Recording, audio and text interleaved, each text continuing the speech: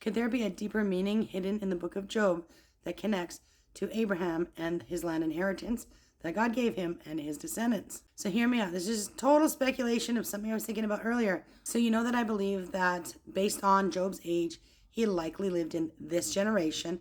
So we got Abraham, his father Terah, could be the brother to his father. So basically he would be Abraham's uncle. Total speculation. You can never prove that.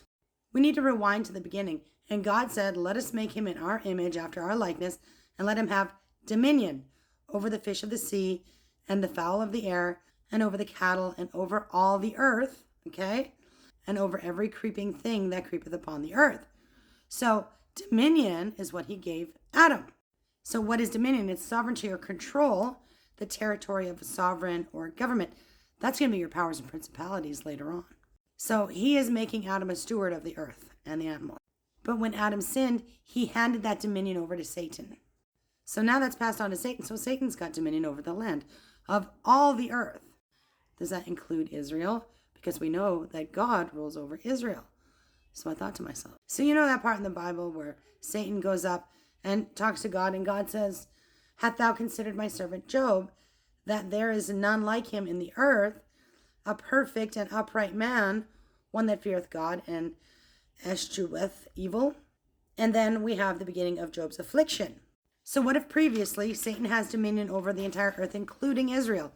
But because Job didn't fall for Satan's tricks and curse God, that gave God, his sovereign rule over Israel again based on heavenly laws. This is speculation. I'm just thinking.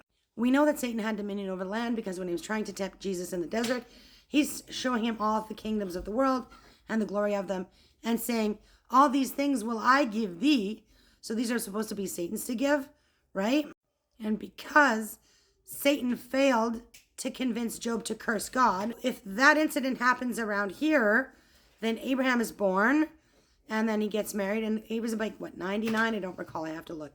When God made the covenant with Abraham, these things are almost coinciding time-wise. So then God's got the land to give to Abraham and his descendants to then steward over Israel. You know how it says that Job was in the land of Uz? What if Uz represent Israel? Now, Uz means consultant or to consult. So I don't know, there might be a connection there, but this is totally speculation. It's just a thought. It's a hypothesis I came up with earlier. I was like, what if? I don't know. Kind of cool.